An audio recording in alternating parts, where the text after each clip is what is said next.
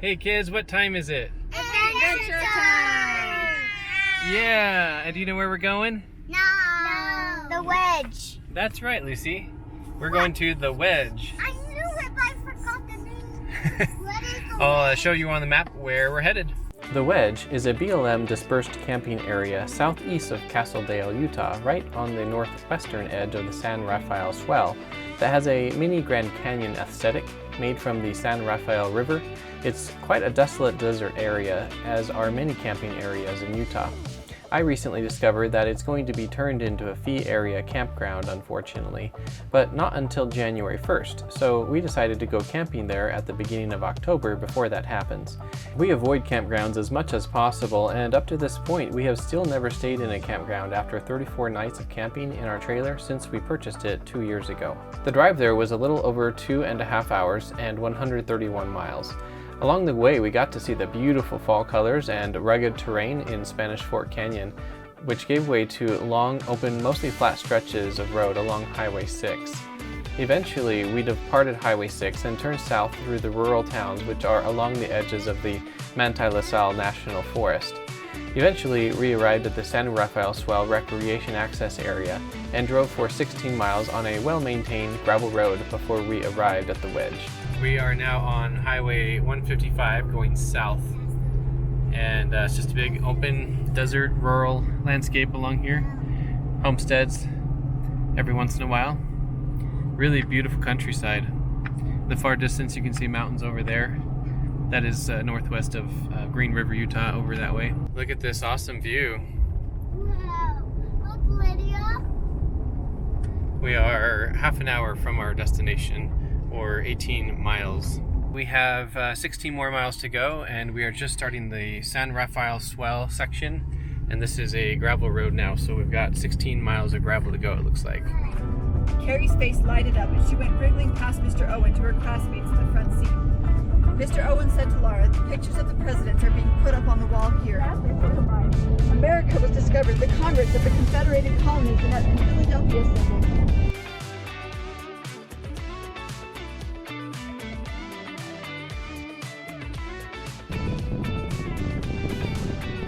Alright, we've arrived at the Wedge area, and we're in a campsite that we may end up staying in tonight, but we want to go explore and see if there are better sites. I am detaching the trailer from the truck right now, and we're just gonna leave it here while we go explore and see if there's a better site. And coming in here to the trailer before we depart, just checking on the electrical system, and we're at 99%. That's awesome. It started this morning at 30%, and it has also heated up the water heater during the drive, and it's still getting full by the end of the day, so that's awesome. This is actually not a bad site. It just doesn't quite have as good of a view as we will potentially have way over there on the edge of the canyon. It's currently 76 degrees here, so we're not going to need to use the air conditioner or the heater very much, at least not right now this evening, but in the morning I'm sure we'll use the heater.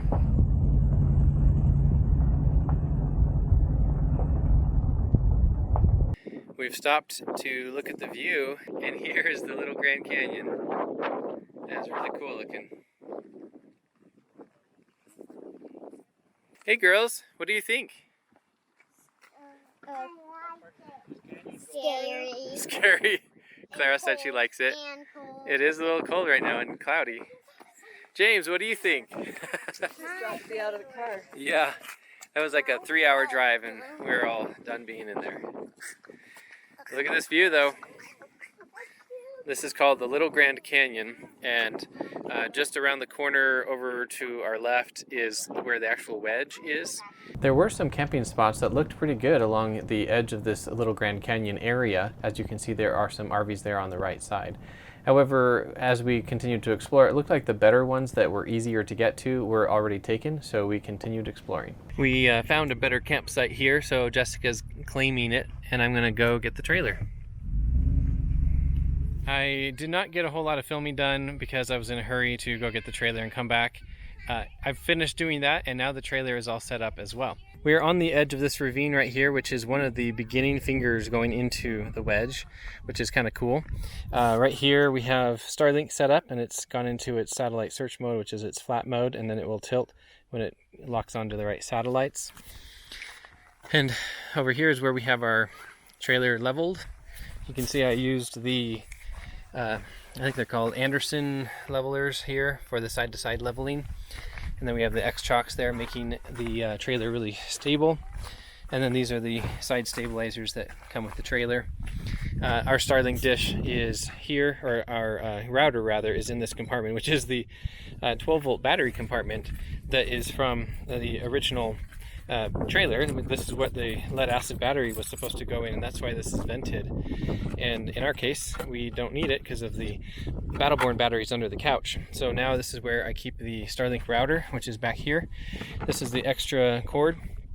And then the this is the 20 amp NEMA 1450 that I have installed for charging Teslas or other EVs. And I have an adapter that comes off of that, and it goes to 4 NEMA 515 outlets here. These are off of the primary inverter, the L1 inverter, and down here these go off the L2 inverter. So I have the Starlink going off of the secondary inverter here. Basically I can get this cord right here, and I can still shut the door and then lock it so no one can steal that part of it. I have detached from the truck and all of that, so we're pretty much ready to party and explore, and the kids are already exploring. They're over here. Girls, are you having fun? Yeah, that's our house. Yeah? Yeah. The tree is their house, except that the trailer is their house too. Alright, let's go eat dinner. Hey James, are you having fun? Girls, what's for dinner? I don't know. Taco salad. Taco salad. What's the green stuff? Oh, and cauliflower and spinach. Mmm. Think he likes it. Mmm. Yummy. Not this. This. He likes the chili. Of course he does. I just checked the speed of the Starlink, and it's showing 112 megabits per second down and 12 up. That's the blue over there. The green on the left is just the speed between the Wi-Fi router and the phone, so not terribly important. I also just tried a speed test with the speedtest.net app, and it's showing 85 down and 9 up. Now Jessica is making cookies over here, and the girls are watching a movie over here. Girls, what movie are you watching? The Iron Giant from 1999. And then James is asleep in the back part. This is the microwave we're going to be cooking the cookies in. This is a convection microwave oven. Last I checked it was 99, and now it's at 92%, and that was from heating up chili on the induction cooktop and whatever all else we're doing. Alright, we're putting the cookies in the oven here, and then looking up here at the energy consumption, it was at 82 watts, and now it's at 900. Oh, now it's nearly 1700 watts. And on L1 is all going to the microwave, and so it's pulling just over 1500 watts. The cookies are done now, and we're down to 87% on the battery, so it just took a couple of percent for the cooking of the cookies for about 12 minutes. We did another batch of cookies, and now the battery's down to 84%, so it takes about 3% to do a batch of cookies, which was 10 minutes. It is now 10:23 p.m. and the battery of the trailer is down to 77%. And right now we have very little AC loads because the mini split is not on, but it will be on later tonight or in the morning when it's cold outside. It is 7:16 a.m. and our battery is down to 54% now, and the mini split is on heating but just barely maintaining 70 degrees, and it is 108 watts to do that with all of the AC loads combined. And we are just now starting to get 5 watts of solar, which is virtually nothing. And looking at the temperatures outside, it is 51.1 degrees, and inside now it's exactly 70 degrees. So the mini split's doing its job, and everybody slept comfortably. Hey James. Good morning. Hey, Mom. How did you sleep? Dad. Yeah. You stayed awake all night? I doubt that. This is our view out the front. The window's a little dirty now because we drove through some rain yesterday. It's a cool desert landscape. We have it all to ourselves. It's completely silent outside. Here's the sunrise, and this is how quiet it is here. There are no neighbors anywhere in sight from where we are right now. But if I go up on this knoll over here, in the far distance I can see 2 neighbors, and I can't hear any of their generators. Hey girls, what's for breakfast? Bagels and Go-Gurts. As you can see from the shadow on the ground, we are now in full sunlight. And so, looking at the solar production, we're up to 600 watts now. The battery's down to 50%, and the water heater is on right now. So that's the huge draw that you see right now on L1, which is right up here. So we're pulling about 1300 watts on the water heater. But once that shuts off, the battery's going to be charging fairly quickly. Now I'm heating up some water here on the induction cooktop, and we have it set to max of 10 of heat. And looking up here, you can see the L2 is 1340 watts, and that is the induction cooktop. And then L1 is the water heater, and that's at 1380, 1393. So they're actually pulling pretty close to the same amount of energy right now, and combined they're 2,746 watts.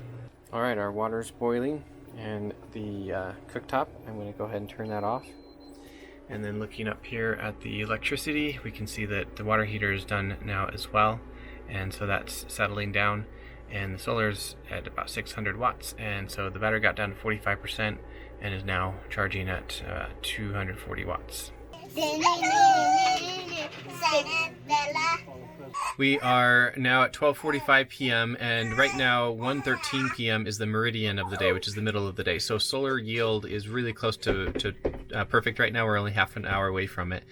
And you can see right now the battery is at 80%, and we're getting 1,875 watts from the solar panels right now. The ambient temperature is currently 71.2 degrees outside, and inside here it's 76.8. We just have a fan on right now, which is using DC power, so we don't really need the air conditioning. Also worth noting, it is October 1st. It's about noon right now, and we're going to go on a little hike exploring this canyon that we're right next to.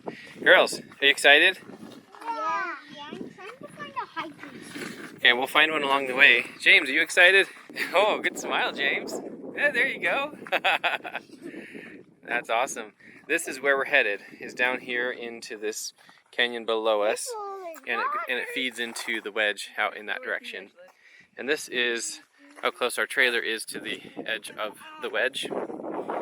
And this right here next to the Starlink dish there, where I'm walking, is a trail actually. We've been having lots and lots of mountain bikers or joggers go past here, and they go across this rim, and then they go around the end here, and then they loop back around on the other side. So this trail just goes in and out following these side chutes off the main canyon all the way around. Should we go down here? Mom, why aren't you coming down? She is.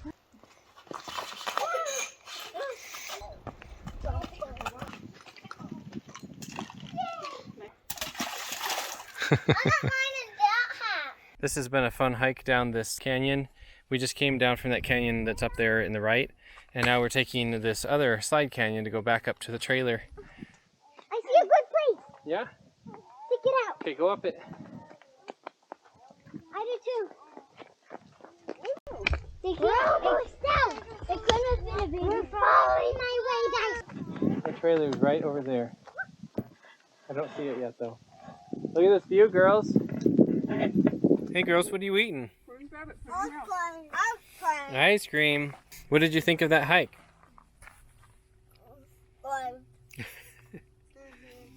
It is now 2:03 p.m. and the battery just got up to 99%, and we're currently getting 1856 watts. So it's going to be full here really soon, and then after that we're just going to, the PV charger ramps it down to just match our consumption for the rest of the day. Lucy, what's that sound? Rain. Yeah, it's raining actually pretty substantially outside. Look at the back window. This is the front window. The front window, I mean. So this is what it sounds like when we have the solar panels on the roof blocking most of the sound of the rain. But we can hear it still hitting on the panels themselves.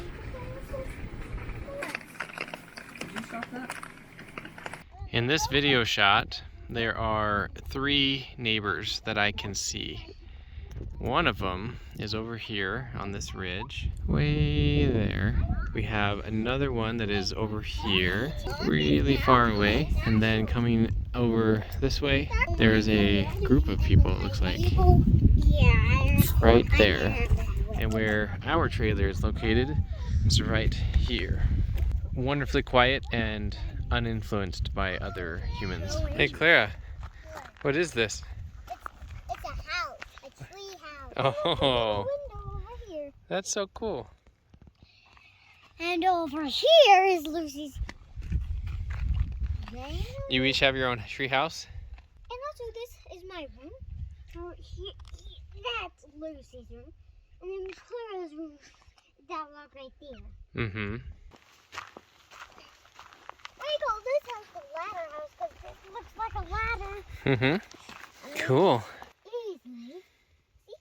I see. That's my window. Yeah, she's one of our neighbors. Oh, okay. And this is the big open clearing next to us. There could be a lot of other RVs parked here potentially. Yeah. And when they turn this into a campground, who knows what this is going to look like. Look at how good this zoom and image stabilization is on this Samsung Galaxy S21 Ultra. So that is Lucy up there on this mountainside. And if I zoom out, this is how far away we are. That is just remarkable in a cell phone camera. There is a rainbow, a little piece of a rainbow. Does not care. It's a good smile, James. Yeah, it is. We all had a relaxing weekend hanging out here at the Wedge, and that afternoon a big thunderstorm rolled through, but luckily the worst of it missed us. I was able to capture some amazing time lapses of it going by, and I've been excited to share these with you ever since. We spent the evening watching a movie, and the temperature was perfect, so we just left the door open with some exhaust fans on low, moving a little air through the trailer. It was comforting and convenient camping in a trailer when the weather becomes less ideal, because we are much more protected from the elements than if we were tent camping. I'm sure this is not a huge revelation to anyone though. Some people might be concerned about lightning, but I take some comfort in the surge protection devices I installed from EMP Shield. While the electronics may be protected if we took a direct hit, there would still be damage to the trailer somewhere, so I certainly don't want to test them out at this point. If you're interested in more information about the EMP Shield, I'll put a link in the description below, and if you use my coupon code, you can get $50 off per device. Being able to watch a storm pass by is such a beautiful thing, and I love being able to see it in a time lapse because the motion is hard to watch in real time, which is basically in slow motion compared to my normal life. This was a more low-key trip than our typical trips, so it was far more relaxing than I'm used to. In hindsight, we could have brought the bikes on this trip, but to be honest, I don't think I would have wanted my kids riding their bikes on that trail along the rim of a canyon for 13.6 miles. Granted, there's plenty of other area they could have ridden their bikes. There's not really a network of trails here, as it's mostly just open desert. Aside from the magnificent vistas, there's not a whole lot of activities in the area. Before going, I researched things to do in the area. About a 45-minute drive away is the Cleveland Lloyd Dinosaur Quarry that we could have explored, and there are some other sites and hikes shorter drives away. But we didn't do any of them, and I'm okay with that because it was a relaxing weekend.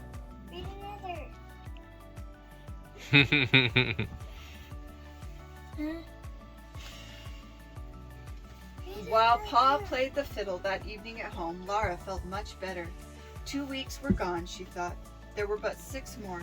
Hey girls, how did you sleep last night? Dad, I just played with James. Yeah, it looks like James is having a grand old time. He's their real life doll. Well, as you saw yesterday, the battery was up to 100%. By the time we went to bed, it was down, 85 or so, and now it's 58. And right now we're cooking with the microwave, so that's pulling a lot. Also, the mini split is on and has been on for a couple of hours. I turned it on around 5 a.m. Right now it is 71 degrees inside and 51 degrees outside. And the sun is just starting to come up.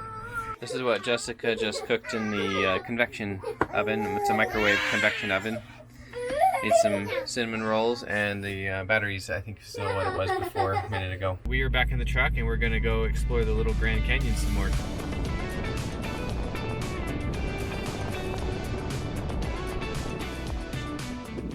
Wow, you can see huge vistas on either side of us.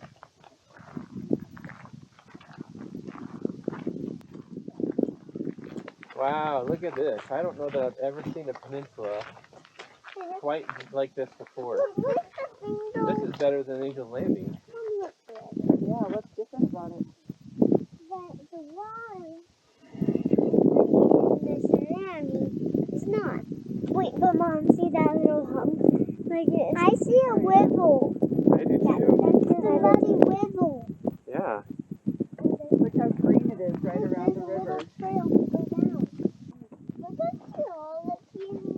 The study of rocks. So this says, standing almost 1,000 feet above the Little Grand Canyon of the San Rafael River, you can read some of the geological events in the history of the Earth.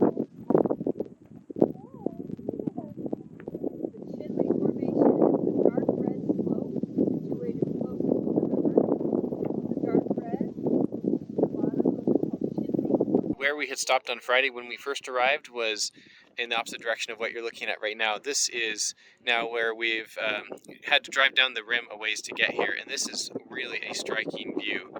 As you can see behind me, there's just crazy rock formations and cliffs, and there's a river down there at the bottom. And of course it's a little bit windy up here as well. And you can see the view is just really gorgeous. What do you think of this view? I like it. Yeah, out right there is around that corner is where we were on Friday. What a gorgeous view. They call this the Little Grand Canyon on the edge of the Wedge. Hey girls, what do you think of this view of the Little Grand Canyon? Scary. I don't know. Scary cool. Scary cool? Scary cool. And very cold. It's a little chilly. Yeah, I see a way we could get down. Yeah? Mhm. All the way to the bottom? Yeah. Where? Not all the way to the bottom. Just but down down here? to there. Yeah. That would be a long climb though. Slide on your butt all the way down. That does not sound like a very good way, Lucy. Sounds painful, actually. I was just kidding. Well, it's a good thing that we went to the Little Grand Canyon and saw the views when we did, because driving back to the trailer, it's raining pretty good now.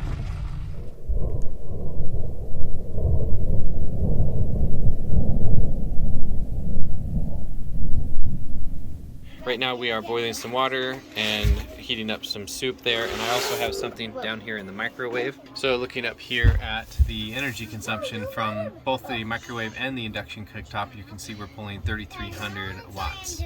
And it's split between both inverters, so it's handling it just fine. Now, you'll notice here our battery is only at 73%. I think it peaked at 75% today. It didn't get full because it was too stormy outside today, but that's fine. We'll have enough energy to get us through the night and get dinner cooked and everything until tomorrow. Right now it's 5:06 p.m. and we are currently getting 265 watts of solar. Hey kids, how did you sleep? Good. Yeah. It is now 7:48 in the morning, so the sun is just coming up. The inside temperature is 61.7 degrees, and outside it's 48.6 degrees. And our battery is down to 37%. We're going to turn on the mini split now. It hasn't been on all night. We'll warm it up in here. How does it feel, girls? It feels cold. We are packing up to leave. The time is 11:06 a.m. The solar's at just over 1,500 watts, almost 1,600 watts. Battery's at 40. I think it got down to about 25% this morning. And so it'll be charging while we drive, and we're gonna drive home. We drove the 16-mile gravel road relatively slowly at about 45 miles per hour, but it was a really well-maintained gravel road with minimal to no washboards and occasional cattle guards. The scenery along there is beautiful, but desolate desert, and there was no cell phone reception anywhere along the gravel road or at the Wedge. Starlink worked great for us though. We lucked out with good travel day weather compared to what we'd been experiencing the days prior, and the roads were dry. We drove for just over 2.5 hours or 128 miles to get back to the Salt Lake City, Utah area where we live. We are at a gas station that has a free dump station somewhat near our house, so we're gonna get our tanks dumped.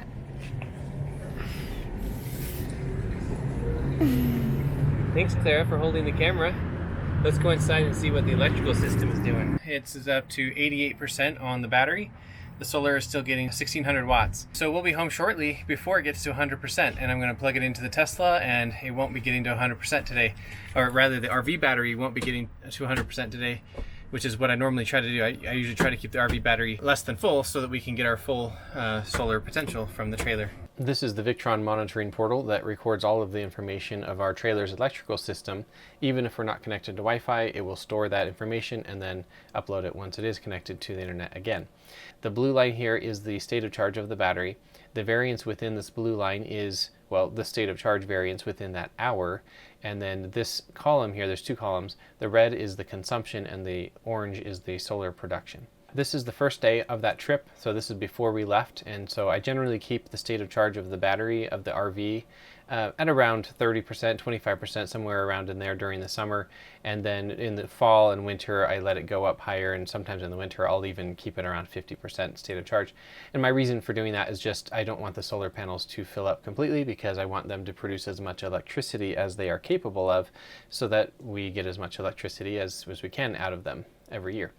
And this is the day before we left on the trip, so this is what a typical day looks like, where the sun starts to come up and then I start charging the Tesla off of the RV's solar panels, and that's where the energy goes. And so I keep the state of charge of the RV battery somewhat level, and it varies from day to day depending on whether or not we drive the car, etc.